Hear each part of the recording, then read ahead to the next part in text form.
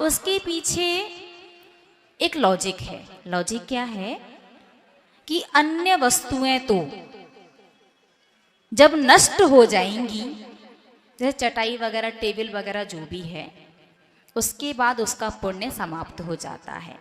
लेकिन धातु से बनी जो चीज है, चांदी और सोना, एक श्राविका आई थी, उन्होंने 2 सोने की चूड़ी दिखाई कि माताजी मुझे चांदी का कलश नहीं, सोने का देना है, 2 चूड़ियां हैं मेरे पास। ऐसे ऐसे श्रावक हैं आप लोगों के बीच में।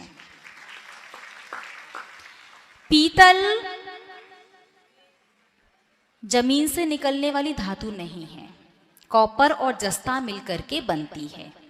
तो पीतल का वैसे देना चाहो तो दे दो, लेकिन नहीं दो दी तो ठीक है, और देना हो तो दे भी सकते हो, मना नहीं है।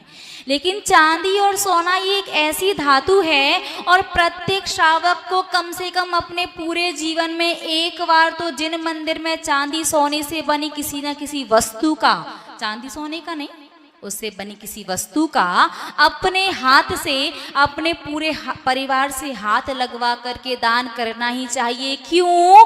क्योंकि इस संसार में धातु कभी नष्ट नहीं होती। जब तक वो धातु रहेगी, आप किसी भी गति, किसी भी योनि में कहीं भी पहुंच जाइए, उसका पुण्य आपके पास तक पहुंच जाएगा।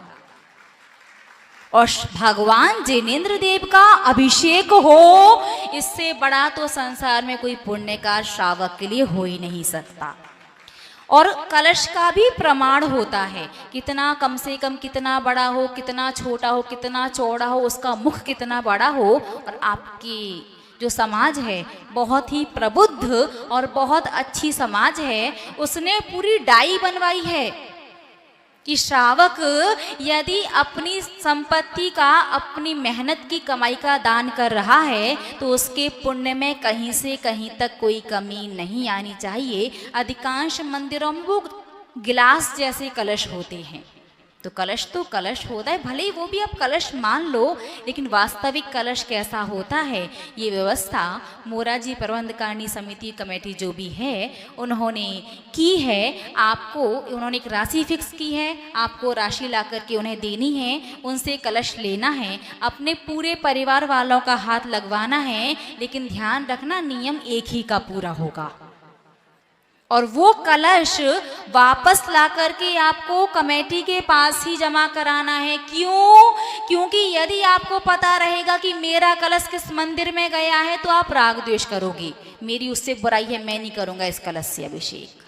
और आपको यदि पता नहीं होगा तो ये कलश जितने भी मंदिर में जाएंगे, हर मंदिर में होने वाले अभिषेक का पुण्य आपको मिलेगा।